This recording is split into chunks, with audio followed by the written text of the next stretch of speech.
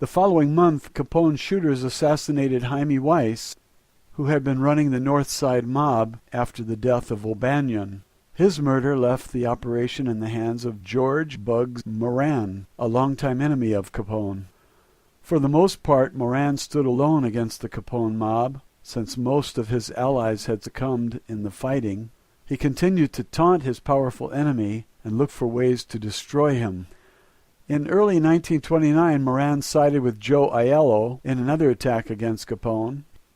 He and Aiello reportedly gunned down Pasquiliano Lolordo, one of Capone's men, and Capone vowed that he would have him wiped out on February 14th.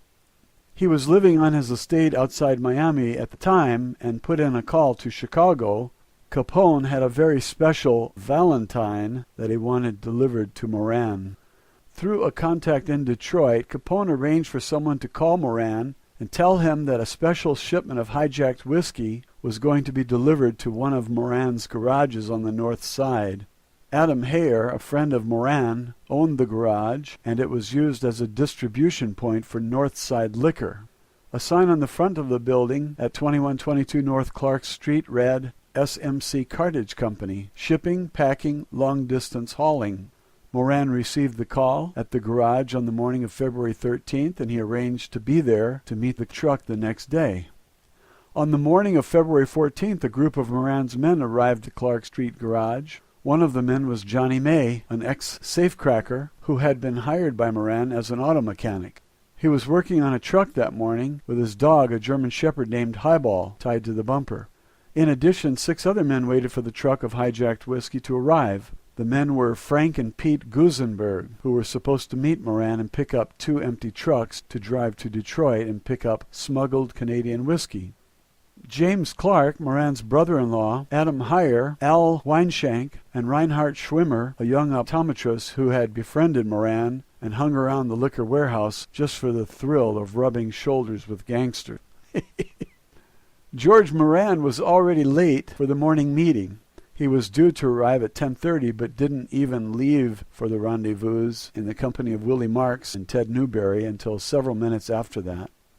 As the 7 men waited inside of the warehouse, they had no idea that a police car had pulled up outside, or that Moran had spotted the car as he was driving south on Clark Street, and rather than deal with what he believed was a shakedown, stopped at the next corner for a cup of coffee. 5 men got out of the police car, 2 of them in uniforms, and 3 in civilian clothing. They entered the building, and a few moments later, the clatter of machine gun fire broke the stillness of the snowy morning. Soon after, 5 figures emerged, and they drove away. May's dog inside the warehouse began barking and howling. The landlady in the next building, Mrs. Jeanette Landesman, was bothered by the sound of the dog, and she sent one of her boarders, C.L. McAllister, to the garage to see what was going on. He came out 2 minutes later, his face a pale white color. He ran frantically up the stairs to beg Mrs. Landesman to call the police. He cried that the garage was full of dead men. The police were quickly summoned, and on entering the garage were stunned by the carnage. Moran's men had been lined up against the rear wall of the garage and had been sprayed with machine guns. Pete Gusenberg had died kneeling, slumped over a chair. James Clark had fallen on his face, with half of his head blown away, and Hare, Schwimmer, Weinshank, and May were thrown lifeless onto their backs. Only one of the men survived the slaughter, and he lived only a few hours, Frank Gusenberg. Frank Gusenberg had crawled from the blood-sprayed wall where he had fallen and dragged himself into the middle of the dirty floor. He was rushed to the Alexian Brothers Hospital, barely hanging on. Police Sergeant Clarence Sweeney, who had grown up on the same street as Gusenberg, leaned down close to Frank and asked who had shot him. "No one shot me. No one. Nobody shot me," he groaned, and he died later that night. The death toll of the massacre stood at 7, but the killers had missed Moran. When the police contacted him later and told him what had happened at the garage, he raved like a madman. To the newspapers, Moran targeted Capone as ordering the hit. The authorities claimed to be baffled, though, since Capone was in Florida at the time of the massacre.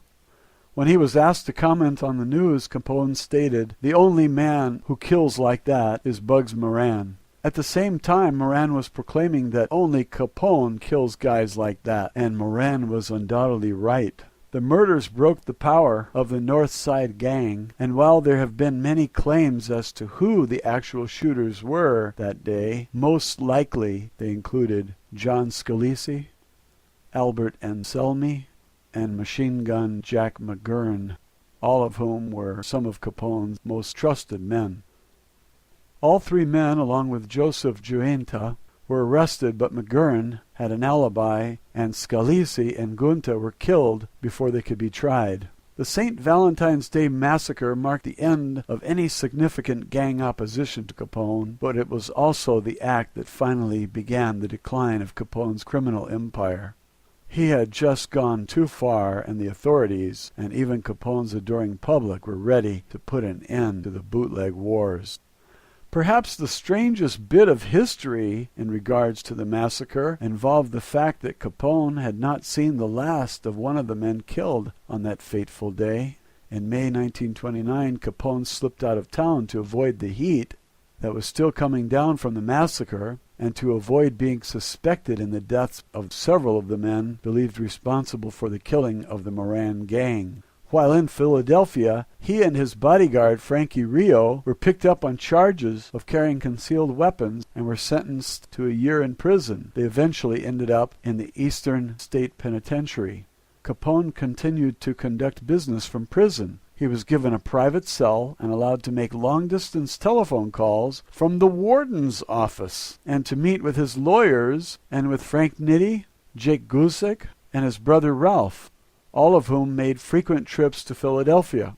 He was released 2 months early on good behavior, and when he returned to Chicago, he found himself branded public enemy number 1.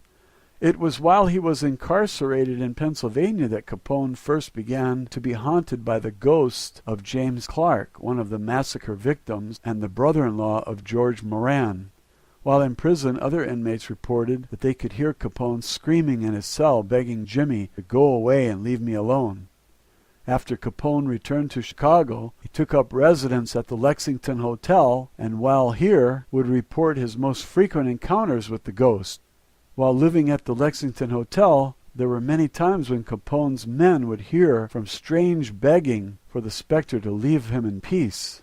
On several occasions, bodyguards broke into his rooms, fearing that someone had gotten to their boss. Capone would then tell them of Clark's ghost. Whether the ghost was real or not, Capone certainly believed that he was. The crime boss even went so far as to contact a psychic named Alice Britt to get rid of Clark's angry spirit. Not long after a seance was conducted to try and rid Capone of the vengeful spirit, Jaime Cornish, Capone's personal valet, also believed that he saw the ghost. He entered the lounge of Capone's apartment and spotted a tall man standing near the window. He demanded to know the man's identity, but the shadowy figure slipped behind a curtain and out of sight. Cornish immediately summoned 2 of his employer's bodyguards, but a search of the room revealed that there was no one there but Al Capone, who continued to insist that the figure had been Jimmy Clark. Years later, Capone would insist that Jimmy Clark followed him to the grave. Here's a photo of Canadian George Patay with bricks from the wall of the garage